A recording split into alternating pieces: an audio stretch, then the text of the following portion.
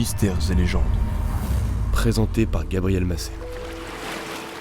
Au fond d'un lac écossais, dans les Highlands, à plus de 240 mètres de profondeur, se cache peut-être la créature mystérieuse la plus célèbre du monde, le monstre du Loch Ness. Surnommé affectueusement Nessie, cette bête mythique a fait de ce lieu l'un des plus touristiques d'Écosse. Dans l'imaginaire collectif, c'est une créature mesurant 8 à 9 mètres avec un long cou, un corps arrondi et des nageoires. Son dos est parfois représenté avec une ou deux bosses. Mais y a-t-il vraiment un monstre dans ce lac ? Plongeons ensemble pour le découvrir dans les profondeurs du Loch Ness. Pour trouver les premières traces d'une créature aquatique vivant dans les eaux du Loch Ness, il faut remonter près de 1500 ans en arrière, jusqu'en 565.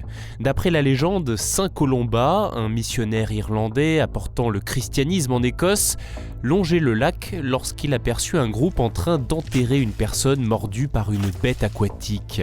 Il accepta de leur venir en aide. Le moine demanda à un homme de servir d'appât, d'entrer dans l'eau pour attirer la créature, et lorsque celle-ci apparut, l'homme d'église fit un signe de croix en disant « N'avance pas plus loin, ne touche pas à cet homme, repars en toute hâte d'où tu viens ».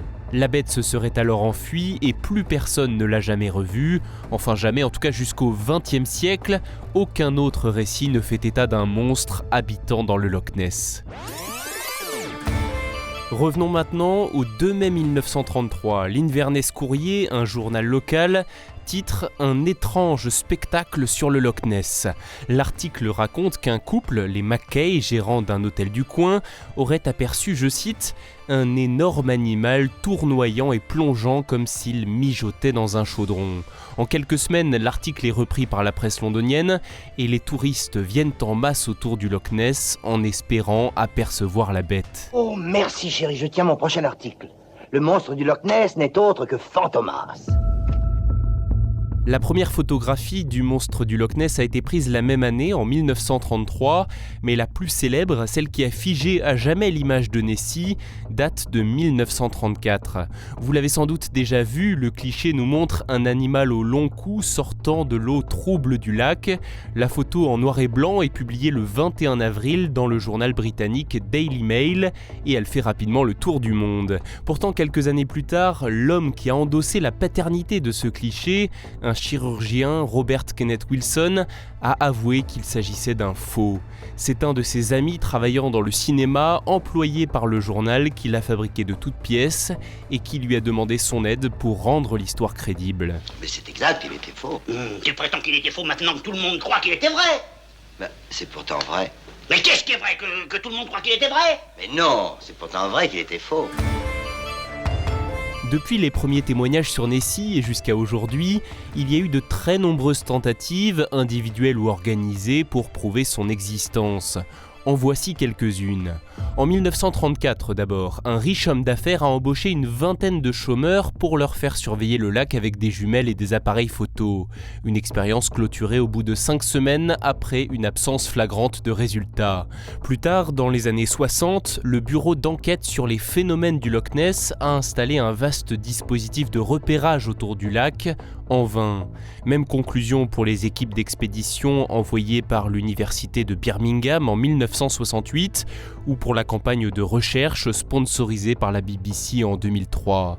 Certaines tentatives ont toutefois donné du grain à moudre aux rêveurs les plus convaincus. En 1987, l'opération Deep Scan, menée à l'aide de bateaux équipés de sonars, a repéré dans les eaux calmes du lac de nombreux échos suspects. La plupart venaient de débris flottants, mais l'origine d'un des sons, enregistrés à 180 mètres de profondeur, reste indéterminée.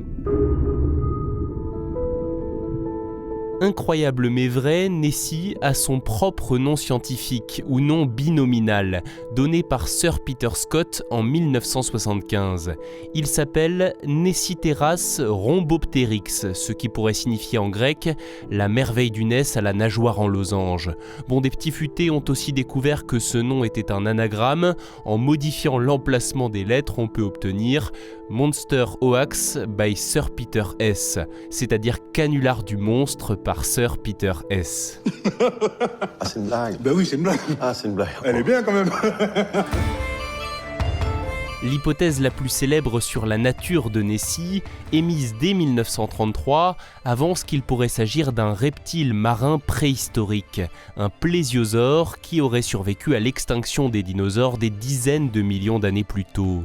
C'est évidemment très improbable, surtout lorsqu'on sait que les plésiosaures vivaient dans des eaux salées aux températures élevées, ce qui n'est pas du tout le cas des lacs écossais d'eau douce, dont la température oscille entre 5 et 12 degrés. Ne me dites pas que c'est impossible. Je ne vous le dis pas. En 2020, une nouvelle photo est venue s'ajouter à l'album de famille de Nessie. Un certain Steve Chalice a dégainé son appareil alors que des remous se faisaient entendre dans l'eau sur la rive ouest du Loch Ness.